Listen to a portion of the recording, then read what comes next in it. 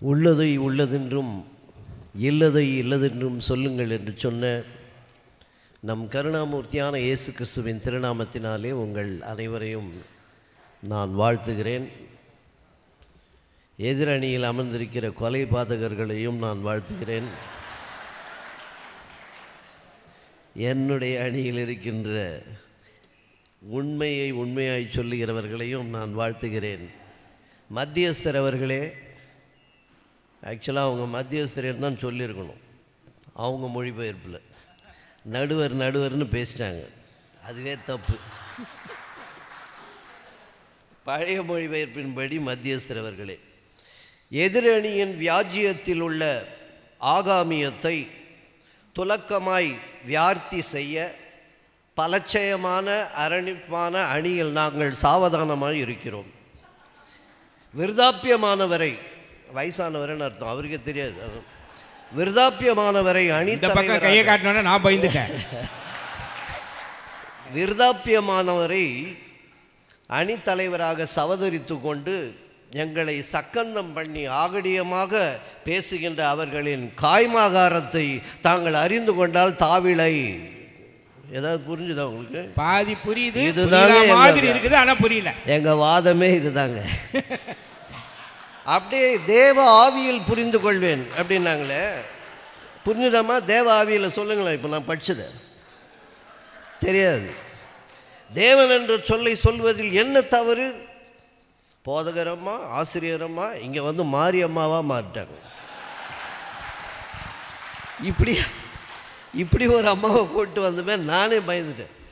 என்னடா, தேவன் என்ற சொல் எவ்வளவு தவறான சொல்! அதை சொல்லுவதை நாங்கள் மொழிக்கு எதிரானவர்களாக இல்லை. முதலில் அதை புரிந்து கொள்ளுங்கள். மொழியே இல்லாததை மொழி என்று சொல்லிக் கொண்டிருக்கிறீர்களே, அதற்குத்தான் நாங்கள் எதிரி. ஒரு மொழி என்றால் அது ஒருவருக்கு தாய்மொழியாக இருக்க வேண்டும். சமஸ்கிருதம் யாருக்கும் தாய்மொழியே அல்ல, அது மொழியே அல்ல. அந்த மொழிக்கு வக்காலத்து வாங்கி கொண்டு வந்திருக்கிறீர்கள் என்றால் உங்களை பார்த்து நான் பரிதாபப்படுகிறேன். நல்லா ஒன்று ஞாபகம் வச்சுங்க. நீங்கள் இங்கே வந்தபோது ரொம்ப லேட்டாக வந்தீங்களேன்னு ஃபோன் பண்ணேன். அப்போ ஃபோன் பண்ணும்போது நீங்கள் என்ன சொன்னீங்க? நான் வந்து மாட்டு வண்டியில் வந்துட்டு இருக்கேன் பிரதர், அதனால் லேட் ஆச்சுன்னு சொன்னீங்க. ஒருத்தர் குதிரை வண்டியில் வந்தாங்க, ஒருத்தர் மாட்டு வண்டியில் வந்தாங்க. ஏன்னா இவங்க பழசு தான் முக்கியம். இப்போ கார் பஸ்லலாம் ஏற மாட்டாங்க அவங்க. இனிமேல் நீங்கள் அதில் தான் வரணும். லாஜிக்கல் நேம், ஆர்பிட்ரரி நேம் ரெண்டு இருக்குது. இடுகுறி பெயர், காரண பெயர். நம்முடைய வேதாகமத்தில் சொல்லப்பட்ட எல்லா பெயரும் காரண பெயர். அந்த காரண பெயர் அது காரணத்தோடு இருக்கிறதா, அது புரிகிறதா என்பதுதான் இங்கே கேள்வி. அதை புரிந்து கொள்ள முடியாமல் ஒன்றை போய் நான் எப்படி சொல்லுவது? நான் பிரசங்கம் பண்ணும்போது ஒரு யூத் மீட்டிங்கில் ஒரு பையன்கிட்ட கேட்டேன், பற்றுறுதி நீங்கள் கொள்ள வேண்டும் அப்படின்னு சொல்லும்போது அவனுக்கு புரியல. ஆனால் விசுவாசம் என்று சொல்லும்போது அவனுக்கு புரிஞ்சது. இப்போ நீங்களும் அதே மாதிரி தான். எப்படின்னாக்கா, நீங்கள் எங்ககிட்ட என்ன பண்ணீங்க? சேம் சைட் கோலாவே அடிச்சிருந்தீங்க. முதல்ல இருந்து சேம் சைட் கோலாவே அடிச்சதுனால உங்களுக்கு ஒரு விஷயத்தை சொல்கிறேன். ஒரு காரியத்தை நீங்கள் நிச்சயமாக புரிந்து கொள்ள வேண்டும். இந்த மொழிபெயர்ப்பு என்பது இல்லை என்றால் இன்றைக்கு நம்முடைய கையிலே ஒரு பைபிள் என்பது இல்லை. அந்த மொழிபெயர்ப்பு எப்படி வந்தது என்றதையும் கொஞ்சம் நீங்கள் யோசிக்கணும். அந்த வரலாறு தெரிய வேண்டும். முதலில் ஆங்கிலத்தில் மொழிபெயர்க்கப்பட்ட முதல் வேதாகமம் விக்லிஃப். அந்த விக்லிஃப் ஐயாவை என்ன செய்தார்கள்? விக்லிஃப் ஐயா வந்து இது மாதிரி ஒரு மொழிபெயர்ப்பை அவர் செய்தார் என்பதற்காக அங்கே சட்டம் இயற்றப்பட்டது. அதை எரித்து விட வேண்டும் என்று அவர்கள் தீர்மானித்த போது பாராளுமன்றத்திலே அந்த தீர்மானம் நிறைவேற்றப்படும் வரை இந்த 14ஆம் நூற்றாண்டில் 1382 ஜனவரி மாதம் ஜான் விக்லிஃப் அவர் மொழிபெயர்த்தார். 1401 அந்த பாராளுமன்றத்திலே அதற்கு தண்டனை கொடுக்க வேண்டும், எல்லாவற்றையும் எரிக்க வேண்டும் என்று சட்டம் நிறைவேறிய போது அவர் உயிரோடு இல்லை. 17 வருடங்கள், அவர் மரித்து 17 வருடங்கள் ஆகிவிட்டன. 17 வருஷம் ஆனாலும் பரவாயில்ல, அவர் கல்லறையை தோண்டி எடுத்து அவருடைய எலும்புகளை எரித்தார்கள். அந்த எரிச்சதில் 3 பேர் இங்கே வந்து உட்கார்ந்துருக்காங்க. ஒரு மொழிபெயர்ப்பு, முதல் மொழிபெயர்ப்புக்கே இவ்வளவு பிரச்சனை என்றால் இன்னைக்கு நம்மலாம் கொஞ்சம் கேர்ஃபுல்லாக இருக்கணும். ஒருவேளை நம்மையும் எரித்து விடுவார்கள். அச்சு இயந்திரம் ஜெர்மனியில் கண்டுபிடிக்கப்பட்டது. அப்போது டிண்டேல் என்கிறவர் தான் இதை மொழிபெயர்த்தார். அந்த டிண்டேல் என்பவர் என்ன செய்தார்? அச்சு இயந்திரம் கண்டுபிடிக்கப்பட்டது என்றவுடன் அவர் யாருக்கும் தெரியாமல் ஜெர்மனி தேசத்திற்கு சென்று அங்கிருந்து அச்சு இயந்திரத்தின் மூலமாக அவர் மொழிபெயர்த்து கள்ளத்தோணியிலே வந்து இங்கிலாந்து தேசத்திற்கு கள்ளத்தோணியிலே எல்லா அந்த பிரதிகளையும் கொடுத்தார். அவரையும் எரித்து கொன்றார்கள். மொழிபெயர்ப்புக்கு எதிராக இருக்கிறீர்கள். நாங்கள் அப்படி அல்ல. அதை நீங்கள் புரிந்து கொள்ள வேண்டும். ஆசிய கண்டத்தில் 2097 மொழிகளில் முதலில் தமிழில் தான் வேதாகமம் மொழிபெயர்க்கப்பட்டது. அதை அறிந்திருக்கிறீர்களா? ஆனால் முதலிலே சீகன் பால்கு வேத புஸ்தகம் அப்படின்னு தான் எழுதினார். ஏன் மாற்றிட்டீங்க? இனிமேல் சொல்ல வேண்டியது தானே. இப்போ புஸ்தகம் சொல்லுங்கள். ஏன் அதை மாற்றிக்கொண்டீர்கள்? உங்களுக்கு வேணும்னா மாற்றிப்பீங்க, இல்லைன்னா வேணான்னா விட்டுருவீங்களா? வாய்மையே வெல்லும் என்பதே உங்களுக்கு சொல்ல தெரியவில்லை. நீங்கள்லாம் ஒரு ஆன்டி இண்டியன். வாய்மையே வெல்லும் என்று இன்றைக்கு தமிழகமே சொல்லி கொண்டிருக்கிறது. இன்னும் சத்தியமேவ ஜெயத்தே. முதல்ல சத்தியம் என்னால் என்னன்னு தெரிஞ்சுக்கிங்க. சத்தியம் என்பது இந்த உபநிடத்திலெல்லாம் நீங்கள் படிக்க.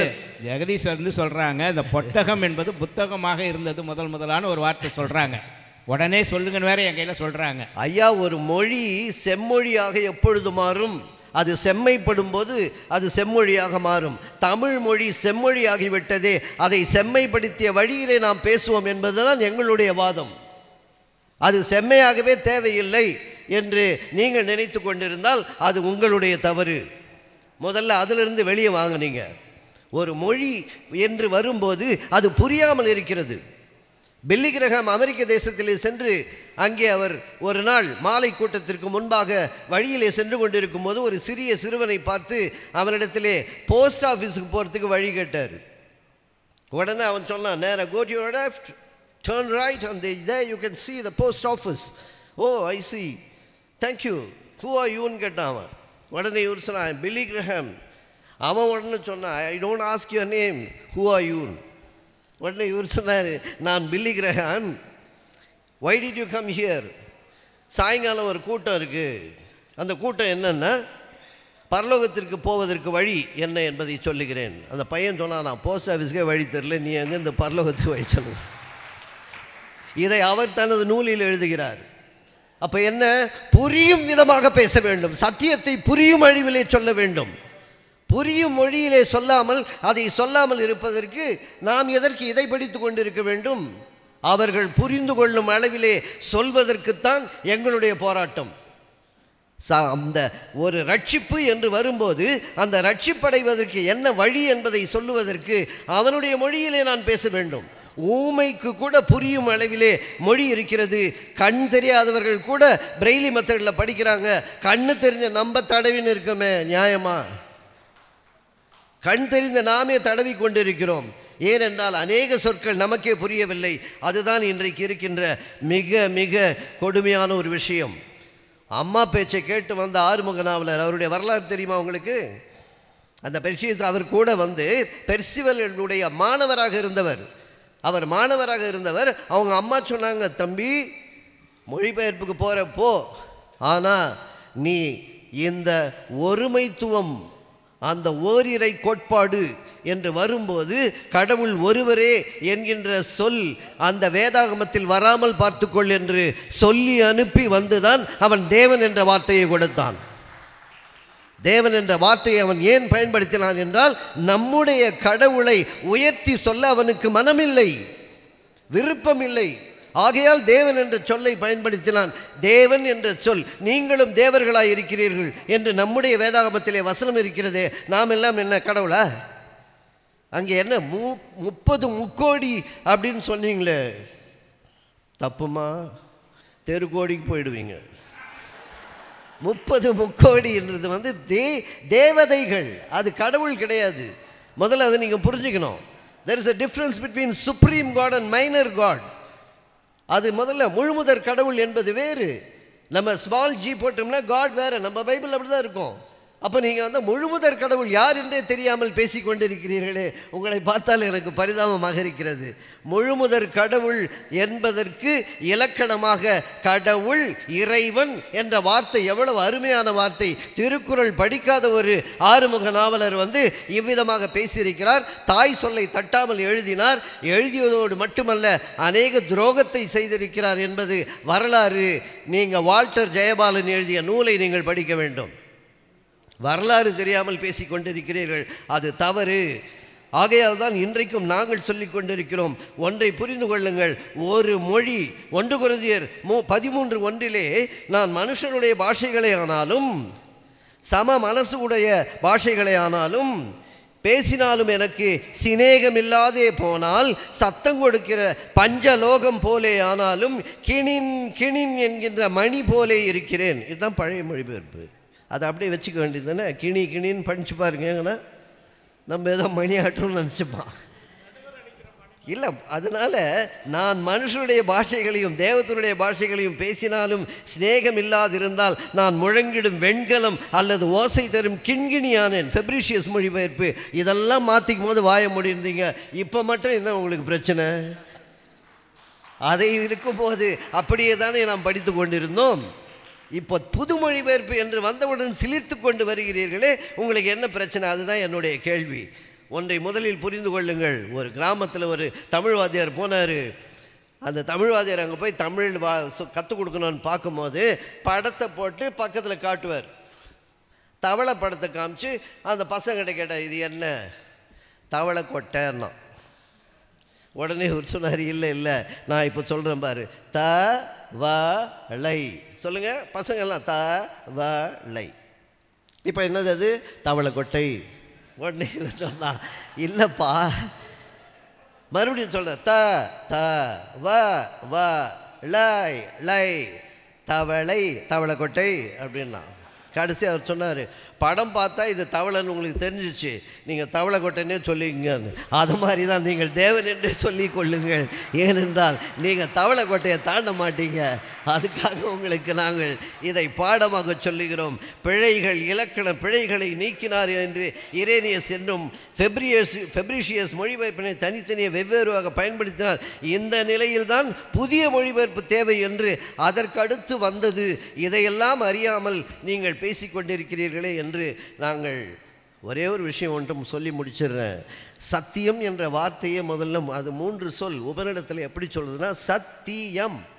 சத் என்றால் அழிவில்லாதது, தீ என்றால் அழியக்கூடியது, எம் என்றால் இந்த அழிவில்லாதது அழியக்கூடியதும் இணைவது. அதற்கு பெயர்தான் சத்தியம். அதுதான் இயேசு கிறிஸ்து. அதுவே முதல்ல உங்களுக்கு தெரியல. நீங்கள் இனிமேல் சமஸ்கிருதம் படிக்கிறேன்னா நீங்கள் இனிமேல் கோயிலுக்கு போயிருங்க, இங்கே வராதிங்க. ஓம் பூர் பூஸ்வக தத்சவதிர் வரேண்யம் பர்கோ தேவசிய தீமகி தியோ யோன பிரசோதயாத். அர்த்தம் தெரியுமா? தெரியாது. ஏன்னா உங்களுக்கு இதுவும் தெரியாது அதுவும் தெரியாது. எங்களுக்கு ரெண்டும் தெரிஞ்சு தான் வரும். எது சிறந்தது என்பதை தெரிந்து பேசுகிறோம். புனரபி ஜனனம் புனரபி மரணம் புனரபி ஜனனி ஜடரே சயனா ஈ சம்சாரே வகுதுஸ்தாரே கிருப்பையா பாயே முக பாகி முராரே. தெரியுமா? தெரியாது. வெறும் பைபிளில் வச்சுட்டு இருக்கிற சமஸ்கிருத சொல் முதல் வரியே உங்களுக்கு புரியவில்லை. என்னன்னு கேட்டால் முழிக்கிறீங்க. இதுதான் உங்களுடைய நிலைமை. நாங்கள் மொழிக்கு எதிரானவர்கள் அல்ல. அது நல்லா ஞாபகம் வச்சுங்க.